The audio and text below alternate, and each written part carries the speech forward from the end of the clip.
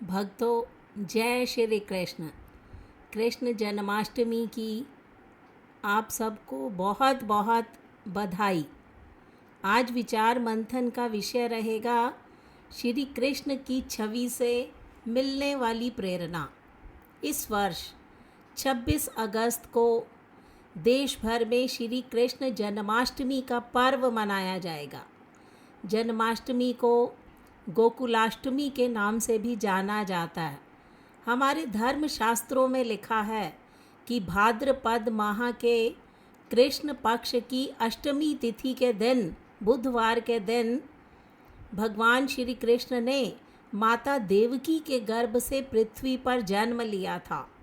यही कारण है कि हर साल इस दिन भक्त श्रद्धा और हर्षो उल्लास के साथ भगवान कृष्ण का जन्मोत्सव मनाते हैं।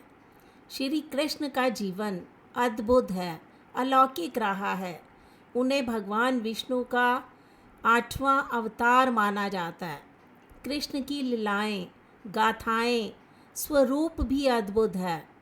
श्री कृष्ण की छवि जब हमारे मन में आती है तो सुंदर सांवला सलोना रूप, माथे पर मोर पंख, हाथ में बांसुरी और पीताम्बर धारण किए हुए कान्हा हमें नज़र आते हैं। लेकिन क्या आप जानते हैं कि भगवान कृष्ण का स्वरूप केवल दिखने में ही मोहक और आकर्षक नहीं है, बल्कि इनसे हमें जीवन में सीख मिलती है। कृष्ण का मनोहर स्वरूप हमें सफल जीवन जीना सिखाता है, लेकिन इसे जानने के लिए हमें कृष्ण के स्वरूप को गहराई से देखना होगा, परखना होगा और समझना होगा। आज के समय में ये हमारी ज़रूरत है। विषय रहेगा श्री कृष्ण की छवि से मिलने वाली प्रेरणा। पहला, मोर पंख। माँ यशोदा कृष्ण के सिर पर हमेशा मोर मुकुट पहनाया करती थी। कृष्ण का मोर मुकुट हमें यह संदेश देता है कि जीवन में भी मोर पंख की तरह कई तरह के रंग हैं। सुख, दुख, सफलता, असफलता, लाभ, हानि, ये जीवन के कई रंग हैं, क्योंकि इन्हीं रंगों से मिलकर हमारा जीवन बना। इसलिए जीवन के रंग से आपको जो कुछ भी प्राप्त हो उसे अपने माथे से लगाकर अंगीकार कीजिए। कृष्ण के स्वरूप की दूसरी छवि है बांसुरी।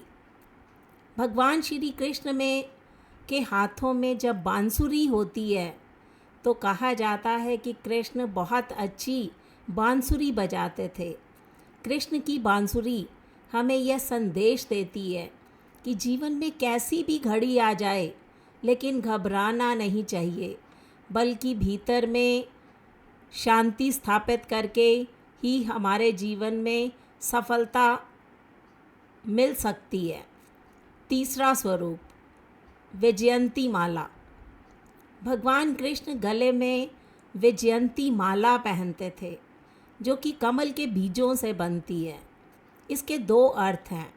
पहला ये कि कमल के बीज सख्त होते हैं और सख्त होने की वजह से ये आसानी से टूटते नहीं हैं, सड़ते नहीं हैं, चमकदार बने रहते हैं। यह इस बात की सीख देते हैं कि जीवन में सख्त होना भी ज़रूरी है। लेकिन दूसरा अर्थ है, बीज की मंजिल भूमि होती है, जो कि हमें ज़मीन से जुड़ कर रहने की सीख देती है। चौथा स्वरूप, पीताम्बर। भगवान कृष्ण पीताम्बर धारण किए हुए रहते हैं। पीला रंग संपन्नता का प्रतीक है।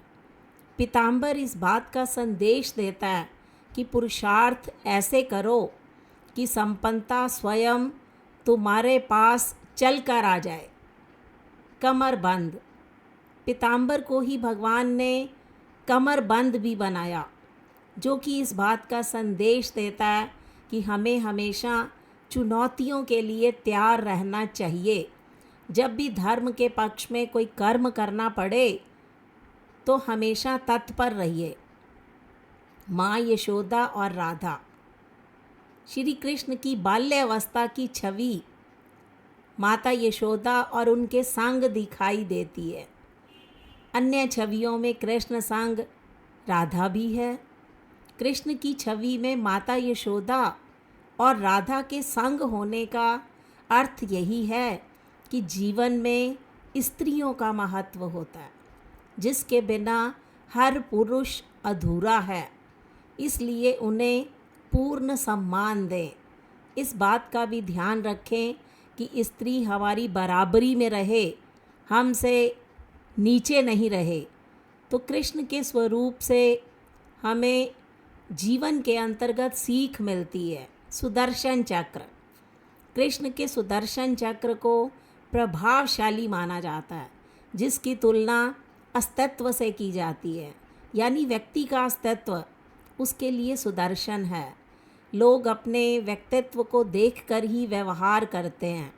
यही सुदर्शन की वजह से ही आपकी हर जगह जीत सुनिश्चित होती है, तय होती है।